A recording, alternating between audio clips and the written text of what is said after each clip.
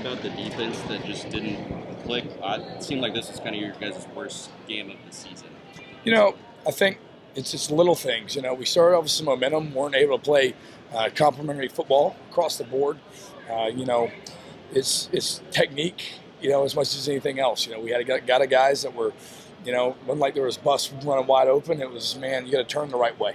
You've got to stay in your gap. You have to do the little things it takes to win. And a couple of those moments, gave up explosive plays, and that's ultimately what led to the loss. Eli's been so good this year, having a couple of touchdowns go against him. What do you say to him as he kind of heads into bowl practice? Just continue to get better.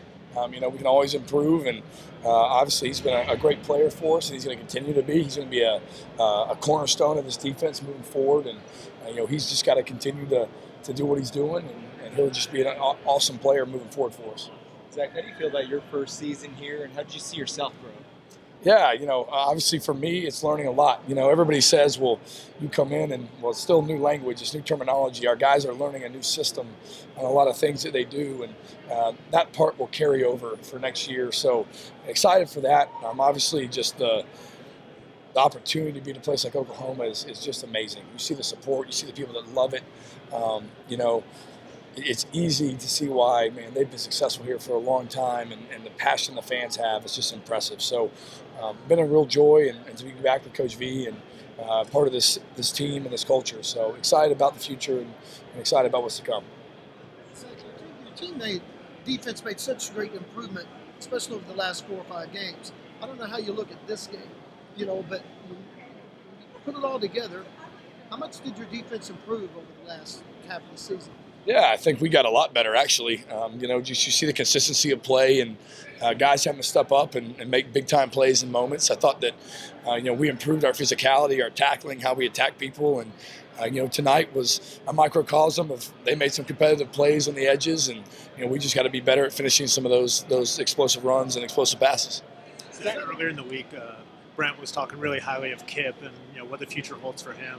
What do you see as the next step for Kip after this season? Yeah, Kip's going to have to step up even more into a leadership role, be a guy that's a vocal guy for us that's ready to play, just like Danny has been. And since he's got, one of the most experienced guys on the team now as far as the linebacking core going out there, the expectations are high. That he comes back and he leads the group and, he continues to create that tradition at linebacker we're trying to have here. Zach, what do you see in terms of the transfer portal? Grant mentioned some craziness can happen. What do you see on this team, transfer portal, both in and out? I have no idea. I wish I did. Let me know if you find out. But yeah, it's going to be madness as it always is, year in and year out, and we'll know a whole lot more in about a week. How do you prepare for that as a coach, though? You go with what you think and if something changes, you adapt in the moment. Do you feel like there's a specific area that you guys feel like you need to most address when the portal opens? We discussed a few different positions, and obviously we're open to anyone that's a game changer at any spot at any time. So we'll see who's in and what we can get out of it, and what the team needs, and kind of move on from there. How do you deal with players that may be toying with NFL too? What discussions do you guys have as a coaching staff with some of those players? We're honest with them, about how we feel about them, how we think they'll do in the NFL, and, whether we think it's a good idea for them to come back or not. I know it's hard for people to believe. Sometimes I'm like, hey, man, you're first rounder, you should go. That's the truth, and that happens both ways. So obviously, a guy who's an NFL level player that wants to come back, we'd love to have him, What about players that may be deciding playing a bowl game, not playing a bowl game? I think that's the personal decision for each one, and they've got to figure that out for themselves. And, as they are thinking through that, obviously I'd love for them to play, but I understand the realities of the situation nowadays in college football. Brent's been dealing with a lot with the offensive coordinator job. You've known Brent for a lot of years. How much have you seen Brent deal with this situation, with balancing coaching on the field and dealing with what he's dealing with on the offensive side of the ball?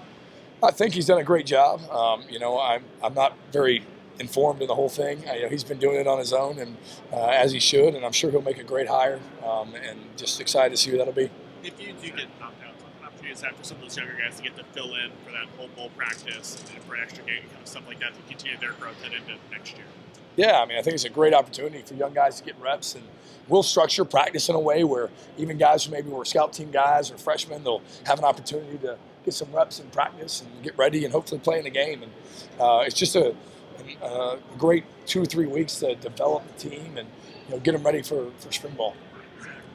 Danny was a Butkus finalist earlier in the week.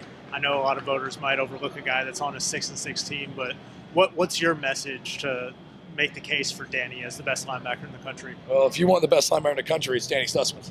And no matter what the record may show or how, we've performed as a team this year, he has been unbelievable. He's been elite. He's been everything you want at that spot, the leadership, the consistency, the production, all of it. I mean, he's everything that epitomizes what that award is about. And, I would just say to voters that he's the best guy in the country, and if that's who you want, you should pick him.